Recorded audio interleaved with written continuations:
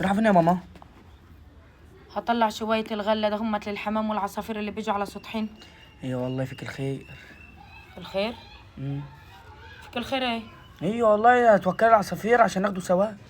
ثواب؟ اه. ثواب ايه يا حبيب؟ كيلو الفراخ ب 100 جنيه. انت عايزة ايه؟ عايزة ايه؟ هطلع لهم الغلة دي مرشوش، حط عليها منو.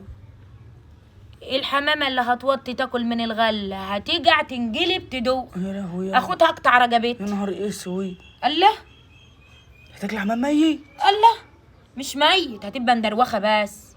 رك ما تيجع في الارض هاخدها عكشها ونذبحوه نتعشوا بيه. يا نهار اسود.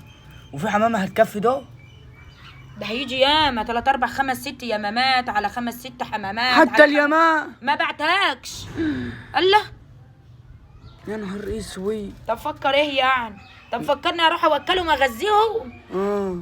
لا يا حبيبي، ده انا حاطه لهم عليها منوم. من الغول.